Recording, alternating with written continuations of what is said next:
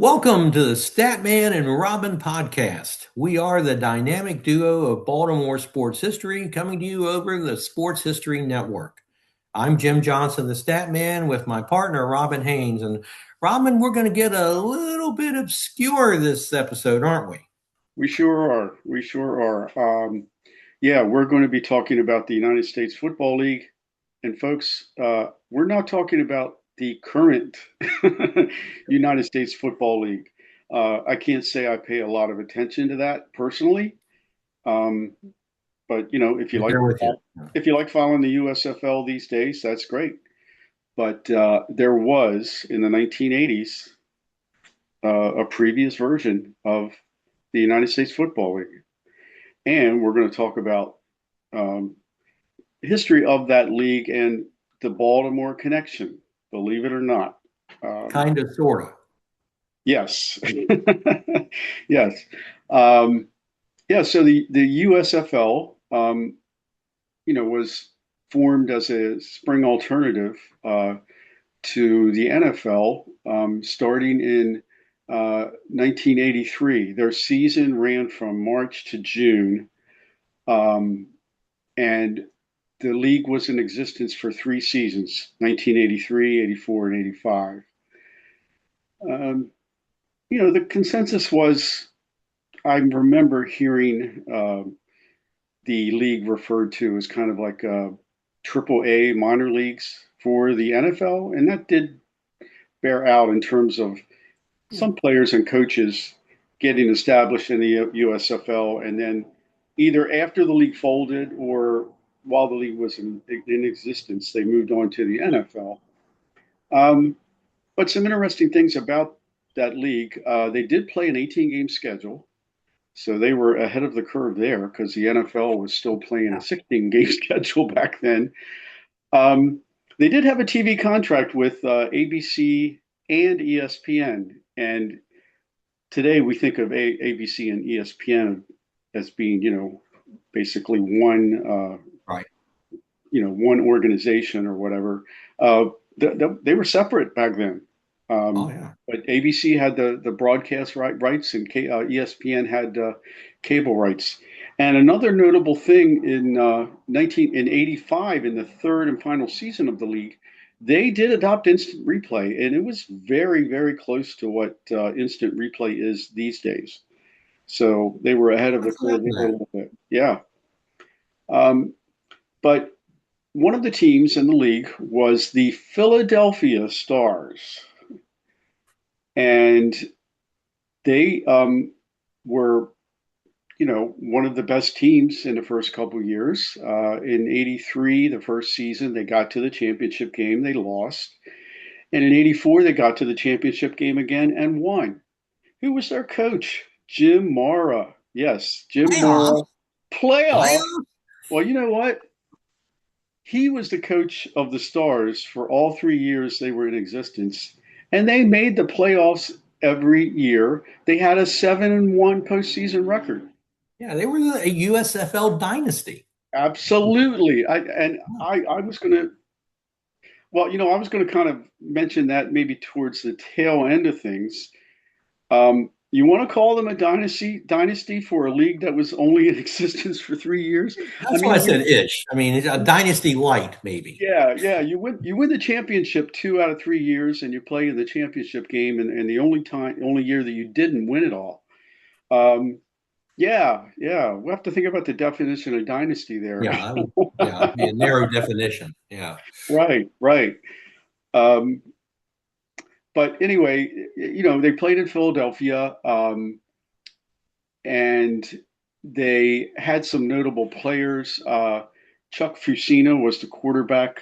I'm going to talk about him a little bit later. They had Kelvin Bryant was their running back.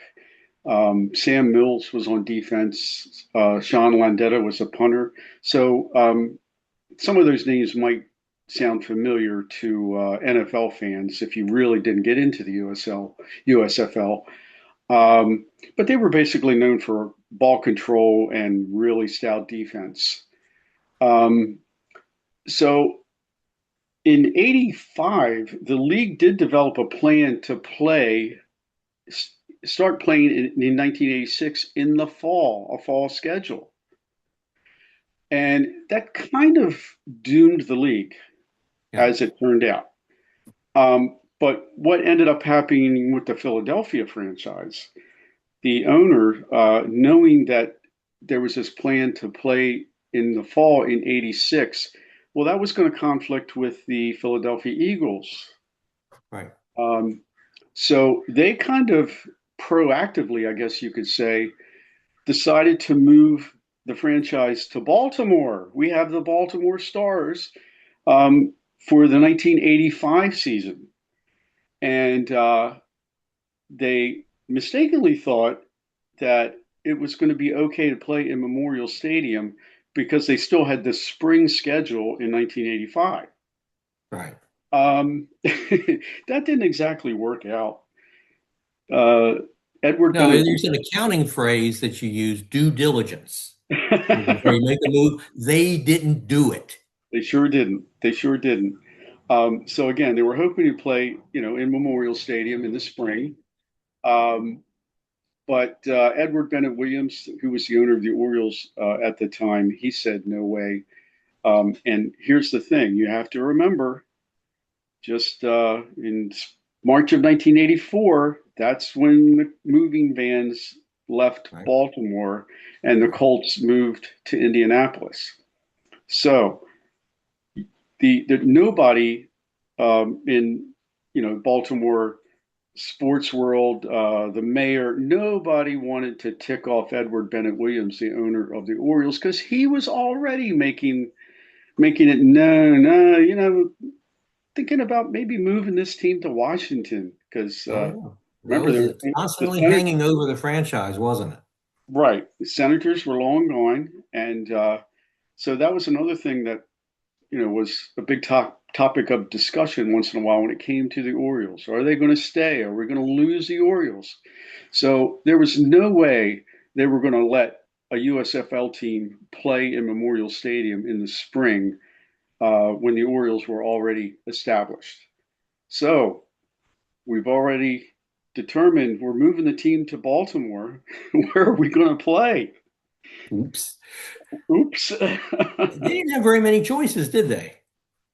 So they played the 1985 home schedule in Bird Stadium in College Park. Um, Not exactly a stone's throw for Baltimore. No, I mean, for a football game, it's doable, but not that many people did it. Right, exactly. So, that kind of, there certainly was interest. I'm just going to say personally, I could never really get into it. I did think, having a professional Baltimore football team was good. Still trying to Right. get over the sting of losing the Colts. Right. Um, and maybe if they had somehow played at Memorial Stadium, um, the fans would have, might have latched on a little bit more because the Colts had not been gone that long. I mean, not that the Colts were drawing that well anyway at the tail end of their time here, but anyway, the playing in Bird Stadium, it just didn't really work in terms of the overall fan interest. Is this really Baltimore's team? It just didn't quite feel like it. Well, and they kept their operations based in Philadelphia. Exactly. Another really good point. Yeah, Um, they were still Philadelphia's team playing in College Park with the title of Baltimore. right, right. How could So that yeah, fail? I mean, if your operations are still in Philly, just basically every game is a road game. Yeah, yeah. Road Warriors. Exactly. Yep. Um, so they did start the season as uh, having Bird Stadium in College Park as their home field. Uh, they didn't play a home game until game number 4 of that schedule, and they started 0-2-1. And remember, these are the reigning champs, Right. winning the title the year before. Uh, but with that 0-2-1 start, and game 4 was their first home game, they did get good attendance for that first game. It was played on March 17th, St. Patrick's Day, and they had a crowd of 31,000. Not And bad. I do vaguely remember, trying to drum up interest. The Baltimore Stars are playing in College Park, and it was on St. Patrick's Day, so maybe that didn't hurt the crowd. They kind of made a little connection with that quirk of the calendar, I guess. Um, but like I said, they started 0-2-1. They did win that first home game, and they went 10-5 the rest of the way. So they had a final record of 10-7-1. That got them in the playoffs. Um, and in terms of overall attendance, the rest of the season, like I said, 31,000 for the first home game. The next home game, they had a crowd of about half that size, 15,000. Then we Yeah. had crowds of 8,000, 9,000, 7,000. And the final home game, June 23rd, they had a crowd of 12,000. And I believe they did have to win that game to get in the Yeah, that play. was a big game. Yeah, yeah. But they did get in the playoffs again. They were going to be on the road for the whole uh, playoff schedule, and they upset one of the favorites going into the playoffs, the New Jersey Generals, Right. in the first playoff game, and then they upset the Birmingham Stallions. Again, what I researched, both of those games were considered upsets. So we have the championship game, the Baltimore Stars against the Oakland Invaders for the USFL championship. The game was played in Giant Stadium in the Meadowlands. Woohoo! um, Don't be mean. I'm not, no, I'm not sure if it was already predetermined. It may have been. Yeah, it was. I Yeah, remember that. I'm thinking that was the case. So yeah, Oakland had to travel, across the country, uh, and Baltimore, we just went right up the road basically to the Meadowlands. They won that championship game. Baltimore are the champs again in professional football. They won that game 28-24.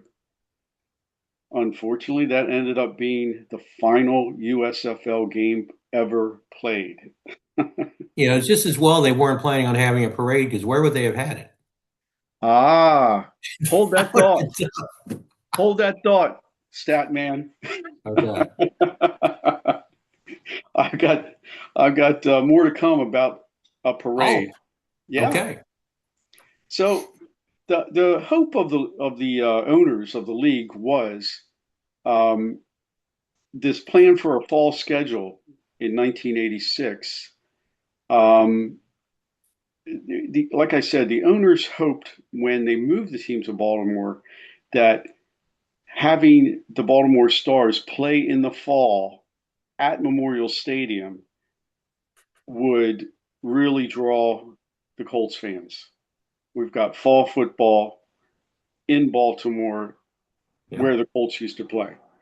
But again, the league essentially folded. Um, One notable thing, I think I mentioned ABC had the broadcast rights, Mhm. and some of the sparse crowds, ABC sports executives were essentially kind of embarrassed. And to show these games where you could easily see the crowd was pretty sparse. Quote So unquote. that's Right. another thing that hurt, and essentially there was no guarantee of having a TV contract if they did play in the fall of '86. Right. And the TV contract with ABC and ESPN was basically the only thing keeping this league afloat. Yeah. Um, so that led to the league folding. Another couple of things that hurt interest from Baltimore football fans and just maybe overall locally in the Baltimore, Washington area. You have to remember at this time, the Redskins were had played in back-to-back Super Bowls. They won Oh, one yeah. in January of '83, right, Okay. and then lost the following year. But the Redskins just had such a huge interest. um, Dominated. dominated football interest in the fall during this time.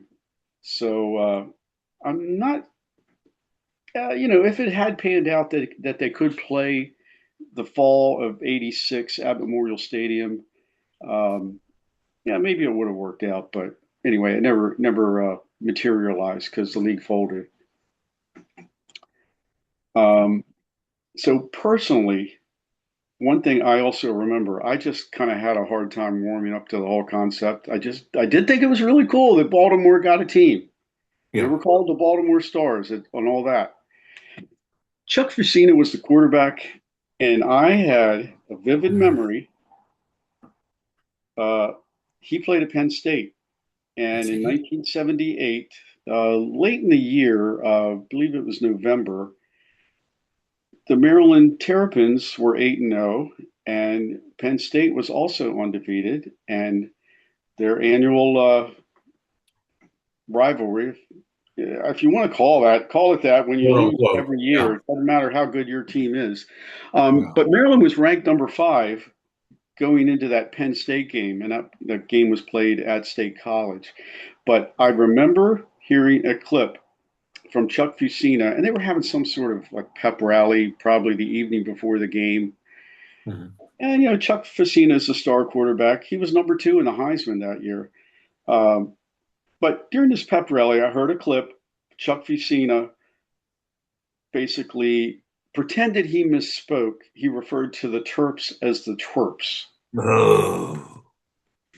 Now, did Maryland hold up their end in this nationally televised game? Number 5 versus number 1, or Penn State might have been number 2. I'm not sure, but anyway, 2 undefeateds late in the season. Well, Yeah. Maryland lost 27-3, but even when Chuck Fusina was the quarterback of the Baltimore Stars, I just could never Couldn't do it, own huh? up to him because of that whole twerps thing. Yeah. Well, all he Um, had to tell me about that game was it was on national TV. I knew how it was going to come out, and that's still the case. right, No, no, no, don't put right, us on TV, right. please. Yeah. Yeah, where I was working at the time, it was actually like a second job. There were several people that were had gone to attended school at College Park, and they were big Terps fans, and they got a group to go up to that game, and man, everybody was so fired up, and I Mhm. remember I remember seeing them back at work the following week. They talked about traveling back from State College after that game. It was The just long pathetic. trip. I can only Yeah. imagine. Anyway, so that's my take on Chuck Fusina, the quarterback of the Baltimore Stars. Um, another two interesting tidbits, Okay. and I do vaguely remember this. Uh, the radio broadcast team for the year they were in Baltimore, Mhm. Chuck Thompson and Vince Bagley. Now, Oh, there you go. if you're a local sports fan from back in the day, you know both of those names, Chuck Thompson. Yeah. I think nationally, a lot of people probably know who Chuck Thompson was, Oh, yeah. Yeah. for mainly for calling the Orioles games, but he also did Colts games for Yep. many years. And Vince Bagley, who was a local sports anchor Yeah. for WBAL TV. He was Chuck's broadcast partner for Colts games for many years. So they tried to carry that over with the Baltimore Stars. And Jim, you mentioned a little while ago, Baltimore Stars are the champs. They did have a parade in downtown Baltimore. I did not remember that. Now, I remember the interest was kind of lukewarm, but I think I ended up like with my work schedule, I wasn't going to be able to go. I remember actually, I thought about going to that thing, but you kind of have to. I kind of think of it as kind of almost comical that here you have the championship parade for a team that never played a game in Baltimore. Um, Gosh, in the annals of sports history, has that ever happened?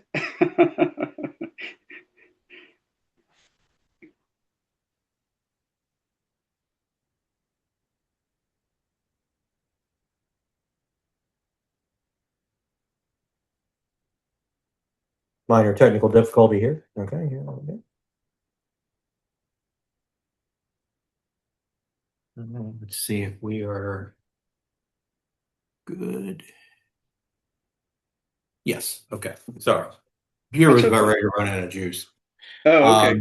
Um, I don't yeah, know if you heard my final I comment did. there. Yes. Okay, so we can, pick up. You want to pick up right there? I mean, we can just Yeah, keep let's recording, go. and then Let's you keep can going. edit. Yeah. Okay. All right. Yeah, I might try to edit this out, but okay. So you mentioned well, first off, I want to throw a name in here that everybody will be familiar with, who was, according to all the reports, the driving force in moving the USFL to the fall, and then ultimately the driving force in the USFL ending. And that was the owner of the New Jersey Generals at the time, one Donald Trump. Mm-hmm. Uh, he wanted to be part of the stories are. He wanted to be part of the NFL very much. And the feeling was that this would be a way to force a merger. And they won an antitrust suit, but they did not win any damages to sustain Right. them. I think they So want a a dollar in dollar, damages. yes. And there was a book written about the USFL, the $1 League, and that kind of sums it up. So that was their the summer of '86. That was the death knell when they got that ruling. Now you mentioned a few players, which I think are probably for the even the fairly serious football fan are probably the only recognizable names other than Jim Mora. Although I looking at the schedule for '85, the championship game against the Oakland Invaders, Jim Mora wound up coaching against the quarterback Bobby A. Bear, who would be his quarterback in New Orleans Wow, within a that's couple of right. years. Yeah. A lot of players in the late '80s were not only on NFL rosters, but were very key players on NFL rosters. And the Redskins benefited more than most. I can think off the top of my head of Kelvin Bryant, Gary Clark, Ricky Sanders. Jeez, they don't win Yeah, that '87 Super Bowl without that group. absolutely. Yeah. So, but Sean Landetta kind of jumps out as interesting. He's a Baltimore native and went to school at Towson. I had forgotten about that, but that's Yeah. right. That's right. He was And a was the Boston College. oldest punter in NFL history. He punted for a very, very long time. He went right over after the '85 season ended and signed with the Giants. So he played 2 seasons in the same year. Sure, a few of those players did. And he kicked until 2005, finished up with the Eagles, and he had bounced around some with various teams, but he had his some of his best years with the Giants, and of course won 2 Super Bowls with Right. them in '86 and '90. So Right. he's he probably is a candidate for a Hall of Fame. He's not Exactly. in it yet. Right. Uh, and the way the NFL Hall of Fame is working anymore, I couldn't tell you if or when he's going to have a chance to get in. But he punted in the NFL for 21 years Right. and was good. He was every except one year he got hurt in '88 and only played one game. But every other year he was right around 42 to 44 yards average, which back in the '80s and '90s and early 2000s was still pretty good. Sure That, was. It nothing to was. brag about now, but back then he was one of the leading punters. He led the league in distance 3 times and in net 1 time. So, and one year in Philadelphia, he punted 107 times for crying out loud. Wow. So, it's a lot. Um, so he was the only native Baltimorean that I could see had any kind of significant role. And then obviously he had the great career. Kelvin Bryant was really the only playmaker that the Stars had. I think that was part of their problem in Philly too, is they were really good, and they were kind of boring. Right. And Yeah, the defense and league, ball control. you said it, yeah, which is the coach speak for boring. Now that can win, and it was very much an NFL style, which is probably one of the things that helped Moore get a job so quickly in the NFL as head coach.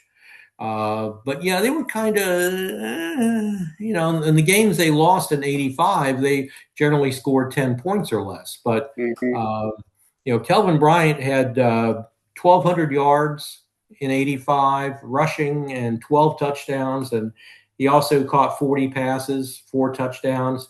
And in his 3 years with the Stars, he had 1442, 1406, and 1207, and scored a total of 41 touchdowns. So he was a playmaker, and also 6 touchdowns on pass receptions. The NFL, he became a pretty good third down back. Hmm. And he scored what turned out to be the winning touchdown in the '87 NFC Championship game that the Redskins won over the Vikings, which I happened to be at. Oh, you were there? Yeah, I remember. Yeah, Right. yeah, first time I ever scalped a ticket. Um, so, I mean, he had a nice career, and he was also a stud at North Carolina. Um, Chuck Fusina was a good college quarterback, very good college quarterback. You mentioned I didn't realize he was that high in the Heisman voting that year. Hmm. Um, maybe I blocked it all out because of that Hurts game. And then the NFL really he didn't do much. He played a little bit in Tampa, Hmm. but you could just kind of he wasn't the kind of guy that you looked at and said this guy ought to be in the NFL, because they also had Steve Young in the USFL. They had uh, Jim Kelly. I'm, Oh, I'm that's sure. right, Jim Kelly. Yeah, I mean they had a few guys. Doug Flutie, who played Hmm. many years in many leagues. You know, Right. if Mexico had a pro football league, he probably would have played there, I'm thinking. I'm sure. Um, and he was a legend in Canada, and passable. He had some good years. Buffalo still loves him. Hmm. Um, but the player with the greatest legacy on that team was Sam Mills. Right. And he was the prototype of the scouts didn't like him because he didn't have the measurables. He was small for a Right. linebacker. And he led the USFL. I know he led the 3 year total aggregate total in tackles. I think he led every single year. And guess where he wound up playing? He wound up playing for the Saints. Jim Mora knew what he got, and he Right. brought him in. And he also had some great years for the Carolina Panthers, and is rightfully in the Pro Football Hall of Fame. And Yep. unfortunately, he died fairly young. His son is also into coaching, so he really had a legacy as calling someone an overachiever always seems like it's a left-handed compliment. Um, and I think instead of that, he was just a guy that was underrated Right. until finally he couldn't be underrated anymore. And he was definitely the leader of that Philadelphia Stars defense, which, as you mentioned, that was a tough defense, Hmm. a very tough defense that really, got him into championship contention every single year, even when the offense sputtered. Especially it sputtered at times in '85. What I remember about '85 is every home game it was either raining or it was cold and windy. Oh, really? I remember they really didn't have maybe one or two really nice days. Now maybe I'm remembering that wrong, Right. but I seem well. What springtime could be like in Maryland, right? Sure. Sure. Yeah. I Roll of mean, the yeah. Well, like I said earlier, the first home game at Bird Stadium was March 17th. So yeah, I don't know what the weather was like, but really the only decent crowd they got the whole Yeah, season. and I'm pretty sure that was one of the cold, at least cool and windy days. Right. And as you're getting ready for baseball season, you're not necessarily thinking of huddling up in the cold watching AAA football. Right. Right. I think it's a good phrase you use there. So yeah, that was an interesting idea and had great success on the field, but off the field is what killed. if the USFL had been content, like the new USFL seems to be, Right, right. They kind of know their place now. right. And even then, they're still kind of struggling. I think in 82, 83 to 85, yeah, the crowd started dwindling in 85. And I think part of that was because everybody kind of figured they were a lame duck league. Right, Yeah, they right. said they were going to play in 86, and I'm not sure many people really believed it. And it turned Yeah, out they were right. yeah, So I think that was a big downside to it. Is like, well, okay, they're wrapping this up, and plus the teams they had in the big cities like Los Angeles, and they had Steve Young at quarterback, and they still couldn't draw flies right. into the L.A. Coliseum. Yeah, yeah, You want to talk about embarrassing? Show a game with 15,000 people at the yeah, L.A. Coliseum. yep, yep. See Gee. that place seated what between 90 and 100,000? Yeah, Yeah, yeah. yeah, right. So, but I think for a long time there, LA was kind of a questionable football city, but I Right, digress. right, Uh, right. Well, another thing that I couldn't just kind of wrap my head around in terms of watching pro football, I was used to beginning of the season, warm weather. It could be yes. brutally hot those first few games, possibly. But then as the season progresses, it gets cooler, and then late season games, playoff games could be in frigid weather. Well, USFL, you're starting off in March, probably not that bad, and then it just gets a little warmer, and then you're wrapping things up in June. It just didn't feel right. Well, yeah, it was a totally new concept, Right, but I think if they had stuck with it, they probably would have found a niche. But they had owners that weren't content with a niche. right, Not just Donald Trump. Because some people went along with him, and others got strong armed into going along with him. But there were owners, yeah, let's get the NFL. Seriously? right, right. Yeah, it was a big overreach. Yes. Know who you are, Right. and they didn't quite do it. But we did get a Baltimore championship team out of it, kind of, That's sort of. right. If you just count the name and not where they played, although for purposes of this podcast, we do include the goings on in College Park as part of the Baltimore sports scene. We sure do. We sure Even do. if most of the Baltimore sports fans seem to avoid going to those games that year. Right. But, and the students could have showed up. School was still in session. That's true. Good point. Although the crowds really dropped off more after school ended, so maybe they were getting some students. And I may not remember this right, but I also remember the USFL. Did they play a fair number of Saturday games versus Sunday? They played sub, yeah. Yeah, yeah, much more than the NFL does. Yeah, yeah, because what else was going on that ABC could carry? Right, I think they put them on right after the Pro Bowlers tour. right. It probably did not get as good a ratings. I was going to say, did the numbers go up or down with that lead in? I wonder how much of that audience they held, because Pro Bowlers tour was a little gold there for 90 minutes every Saturday for many, many years.